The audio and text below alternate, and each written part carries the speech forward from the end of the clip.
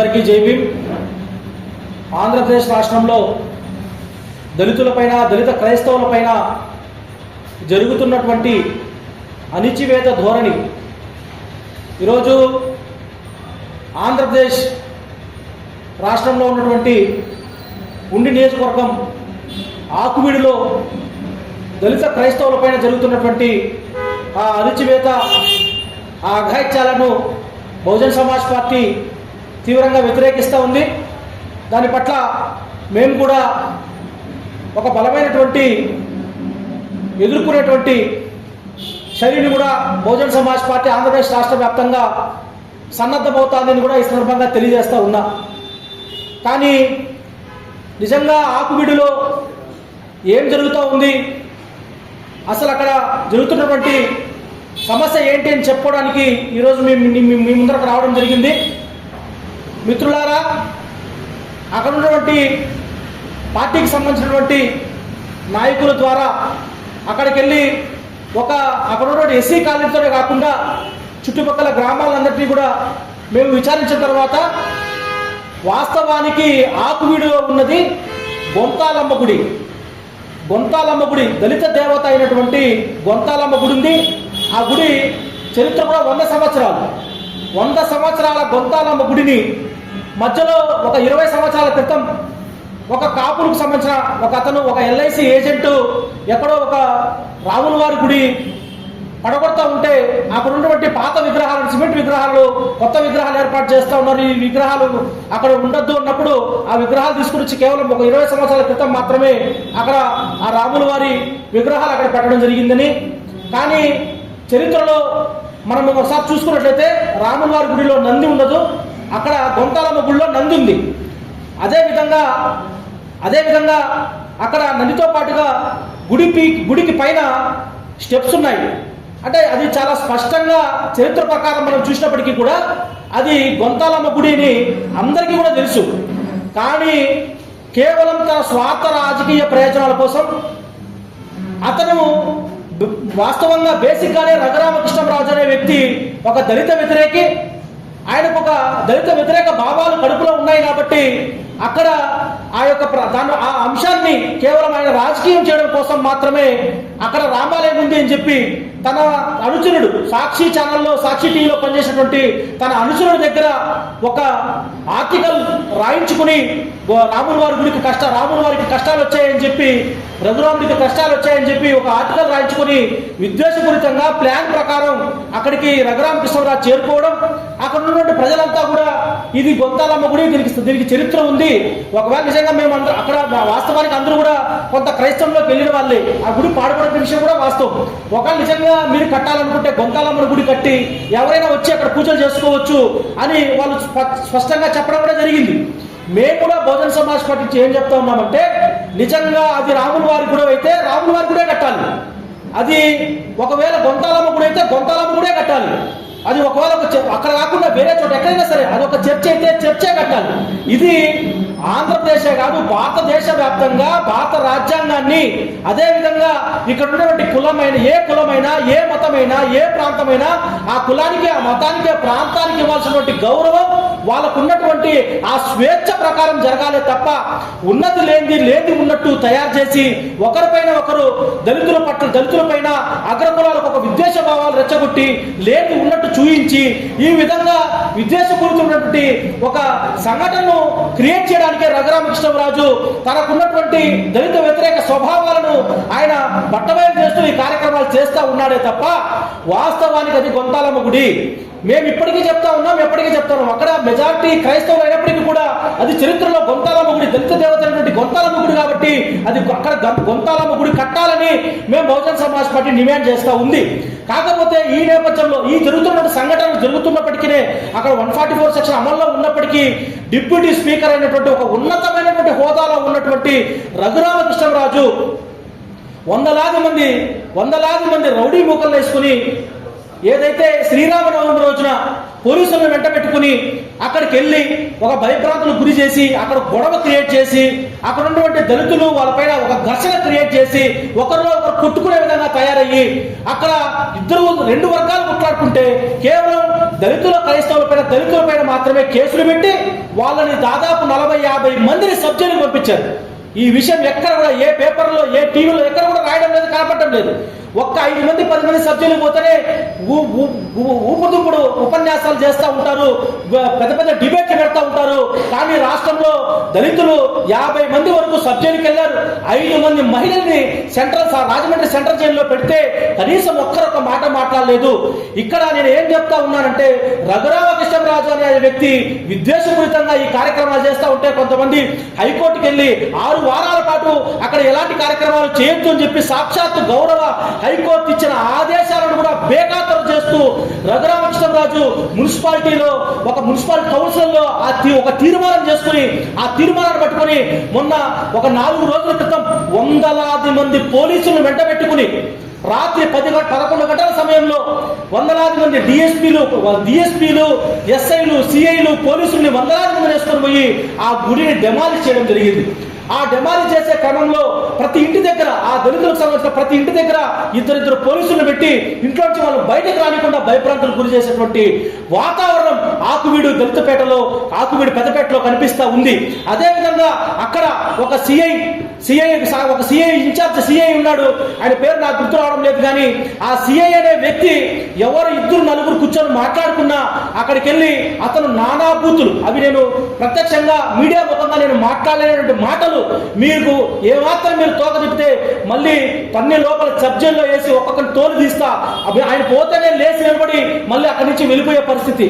అంటే అక్కడ ఒక భయక్రాంతమైనటువంటి వాతావరణాన్ని క్రియేట్ చేసి, అంటే నేను అడుగుతా ఉన్న ప్రభుత్వాన్ని, ఇప్పుడు మన ఊర్లో, వాళ్ళ ఊర్లో, మన ఊర్లో, మన దేశంలో, మన ప్రాంతంలో స్వచ్ఛందంగా స్వేచ్ఛగా వాళ్ళు ఒక చోట కూర్చొని మాట్లాడుకోలేని పరిస్థితులు మీరు అక్కడ తీసుకొచ్చారంటే మీరు రైట్ చేస్తా ఉన్నారా, రాంగ్ చేస్తా ఉన్నారా, మీ మనసులకే వదిలేస్తా ఉన్నారని చెప్పి కూడా నేను ఈ సందర్భంగా తెలియజేస్తా ఉన్నా.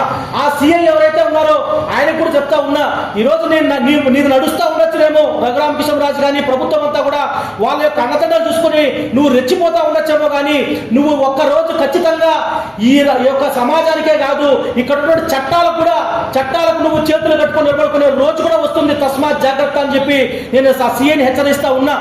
మరొక అంశం ఏంటంటే, ఎవ్వరు అక్కడ స్వేచ్ఛగా మాట్లాడుకునే పరిస్థితి లేకుండా ఒక భయంకరమైన వాతావరణం క్రియేట్ చేసి కావాలని రాష్ట్రంలో మత విద్వేషాలు, కుల విద్వేషాలు రెచ్చగొట్టి ఇక్కడ నేను వాస్తవ రూపాన్ని ఒకసారి నేను ప్రజలు కూడా తెలియజేయాలనుకుంటా ఉన్నా. మిత్రులారా, ఈరోజు ఆంధ్రప్రదేశ్ రాష్ట్రంలో రఘురామకృష్ణరాజు ముందర కనబడతా ఉన్నాడు. ఎందుకంటే అతనికి ఉన్నటువంటి అహంకార ధోరణి, అతనికి ఉన్నటువంటి దళిత వ్యతిరేక భావాలు, అతనికి ఉన్నటువంటి ఆ శైలి, దళిత వ్యతిరేక శైలిని ఆయన పెట్టి వెనకల చంద్రబాబు నాయుడు, లోకేష్, పవన్ కళ్యాణ్ వాళ్ళందరూ కూడా కలిసే ఈ కార్యక్రమాలు చేస్తూ ఉంటారు. ఒకవేళ నిజంగానే అదే లేకపోతే ప్రభుత్వం ఇంత అరాచకమైనటువంటి పాలన జరుగుతూ ఉంటే ప్రభుత్వం ఎందుకు కల్పించుకోవడం లేదు? ఎందుకు చంద్రబాబు ముఖ్యమంత్రి గారు ఎందుకు సైలెంట్గా ఉన్నాడు? లోకేష్ ఒక చిన్న మీడియా, సోషల్ మీడియాలో ఒక చిన్న చూస్తే ఆయన పెద్దగా స్పీడ్గా స్పందించేటువంటి నారా లోకేష్ గారు ఎందుకు దాన్ని స్పందించలేదు? అంటే మీరు ప్రత్యక్షంగా రఘురామకృష్ణరాజును ముందర పెట్టి ఈ రాష్ట్రంలో ఉన్నటువంటి దళిత క్రైస్తవుల పైన వాళ్ళని అణిచివేస్తూ వాళ్ళపైన దౌర్జన్య కాండ చేస్తా ఉన్నాడు అనే దాంట్లో సత్యం ఉందా లేదా అని చెప్పి నేను అడుగుతా ఉన్నా. ఇదంతా కూడా ఒక వైపు అయితే వీటిని ఎదుర్కోవాల్సినటువంటి, వాస్తవానికి ఎక్కడైనా ఏ సమస్య ప్రభుత్వం పాలకవర్గం ఎప్పుడైనా ప్రజల స్వేచ్ఛ పట్ల వాళ్ళు ఎవరైనా ప్రభుత్వం నిరంకుశ వైఖరిని ప్రదర్శించినప్పుడు అక్కడ ప్రధానంగా మాట్లాడాల్సింది ప్రతిపక్ష పార్టీ. ఈరోజు ఆంధ్రప్రదేశ్ రాష్ట్రంలో జగన్మోహన్ రెడ్డి అనే వ్యక్తి దళిత క్రైస్తవులు ఓటు చేసుకుని 40% ఓట్లు మా దగ్గర ఉన్నాయి అని చెప్పి మాట్లాడుకున్నాడు. జగన్మోహన్ రెడ్డి మాత్రం ఇదే భారతీయ జనతా పార్టీకి, ఇదే కూటమి ప్రభుత్వానికి ఈరోజు రఘురామకృష్ణరాజు దళితుల పట్ల అంత విద్వేష భావాన్ని రెచ్చగట్టుకు ఆయన కడుపులో నింపుకోవడానికి ప్రధాన కారణం జగన్మోహన్ రెడ్డి. కానీ ఈ రోజు దళిత క్రైస్తవులకు ఈ రోజు బాధ వచ్చి, ఇబ్బంది వచ్చి వాళ్ళని అణిచివేస్తా, వాళ్ళని ఇబ్బంది గురి చేస్తా, వాళ్ళని సబ్జెక్టులు పెట్టా చేస్తూ ఉంటే కూడా ప్రత్యక్షంగా కాకుండా పరోక్షంగా జగన్మోహన్ రెడ్డి ఈ కూటమి ప్రభుత్వానికి వారు మద్దతు ఇస్తా ఉన్నారు. కాబట్టి ఆయన ఒక్క మాట కూడా మాట్లాడకుండా ఉన్నాడు జగన్మోహన్ రెడ్డి. కానీ అక్కడ ఉన్న ఉదాహరణకు జగన్మోహన్ రెడ్డి మాట్లాడకపోతే అక్కడ ఉన్నటువంటి ఉన్ని నియోజకవర్గంలో ఆయన వైఎస్ఆర్ కాంగ్రెస్ పార్టీ ఉంది కదా, ఆయన ఇన్ఛార్జ్ ఉంటాడు కదా, ఒక్క రోజైనా వెళ్ళి ఆ సబ్జెక్టులో ఉన్నటువంటి ఆ దళితులు కానీ దళిత క్రైస్తవులు కానీ మీరు పరామర్శించారా అంటే ఇక్కడ చాలా స్పష్టంగా మనం అర్థం చేసుకోవాల్సింది ఏంటంటే, ఆంధ్రప్రదేశ్ రాష్ట్రంలో ఒకే కూటమి ఉంది. అది Bharatiya Janata party, Telugu Desam party, YSR Congress party, Janasena party. ఈ ఒకే కూటమిగా ఉన్నటువంటి ఈ కూటమి ప్రభుత్వం ఏదైతే ఈ 4 రాజకీయ పార్టీలతో కలిసి ఉన్నటువంటి ఈ కూటమి ప్రభుత్వం రాష్ట్రంలో ఉన్నటువంటి దళితుల పైన, దళిత క్రైస్తవుల పైన, వాళ్ళ జీవితాలంతటి కూడా వాళ్ళపైన దాడులు చేశారు. మా మహనీయులపైన దాడులు చేశారు.